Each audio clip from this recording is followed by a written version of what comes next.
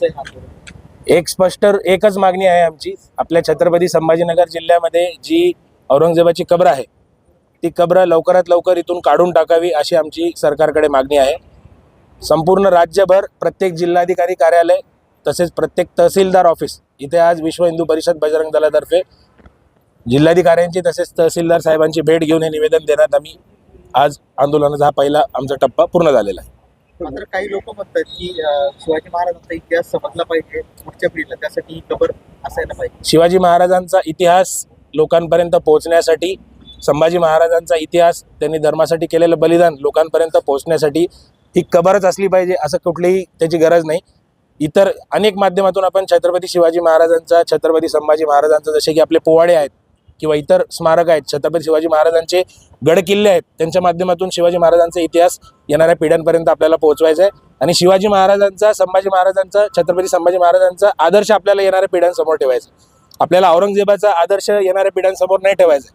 ज्यांनी आपल्या बापाला मारलं, ज्यांनी आपल्या भावाला मारलं, ज्यांनी आपल्या मुलांना मारलं, ज्यांनी मंदिरं तोडली, त्यांचा आदर्श किंवा त्याचा इतिहास आपल्याला लोकांसमोर नाही न्यायचा आहे. ज्या छत्रपती शिवाजी महाराजांचा विचार करण्याची पद्धत अशी होती की माझ्या राज्यातील शेतकऱ्याच्या भाजीच्या देठाला सुद्धा धक्का लागला नाही पाहिजे किंवा परस्त्री ही माते समान असते, अशी ज्यांची शिकवण होती, त्या छत्रपती शिवाजी महाराजांचा इतिहास आपल्याला समोर घेऊन जायचा आणि तोच आदर्श समोर ठेवायचा आहे. औरंगजेबाचा आदर्श नाही ठेवायचा आहे, त्यामुळे औरंगजेबाचे कुठलंही चिन्ह आपल्याला नाही ठेवायचं. विरोधक असं का बोलतात की इतिहास समजला पाहिजे यासाठी? आमची भूमिका आम्ही मांडण्याचा प्रयत्न केलेला आहे. आमचं आंदोलन आम्ही या प्रकारे पुढे घेऊन जाणार आहोत. कोण काय म्हणतं यावरती आम्ही सध्या विचार करत नाही आहोत. पुढची रणनीती काय? पहिला पडाव आहे, पहिली प्रक्रिया आहे की शासनाला आम्ही निवेदन दिलेलं आहे आणि या शासनामध्ये सध्या जे मुख्यमंत्री आहेत ते सुद्धा एक शिवभक्त आहेत. त्यांनी स्वतः म्हणलेलं आहे की त्यांची पण इच्छा आहे की ही कबर किंवा हे निशाण कुठलंही असू नये. तर आमचा सरकारवरती पूर्णपणे विश्वास आहे की सरकार यामध्ये कारवाई करेल, कायदेशीर कारवाई करेल, एन्शियन मॉन्युमेंट ॲक्टमध्ये बदल करेल आणि ह्या ही जी कबर आहे ही इथून काढून टाकेल.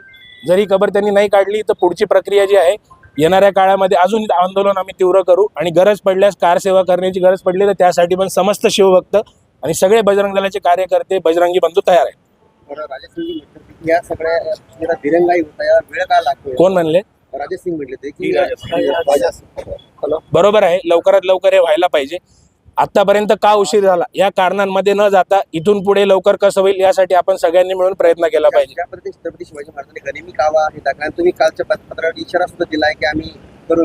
नाही, गनिमी कावा हा एक युद्ध प्रकार होता. हे कुठलं युद्ध नाही आहे. ही जी आहे ही आमची मागणी आहे आणि हे सरकार जे आहे हे शिवभक्तांचं सरकार आहे. आम्हाला पक्का विश्वास आहे की सरकार यावरती कारवाई करेल. आपल्याला माहिती आहे की प्रतापगडाच्या पायथ्याशी अफजल खानाच्या ज्या कबरीचं जे महिमा मंडन उदात्तीकरण चालू होतं, या सरकारनीच ती कबर किंवा त्याचं जे महिमा मंडन होतं ते काढून टाकलं.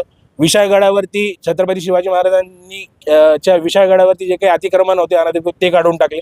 त्याच प्रकारे कायदेशीर स्वरूपाने हे सरकार हे कारवाई करेल अशी आम्हाला पक्का विश्वास आहे.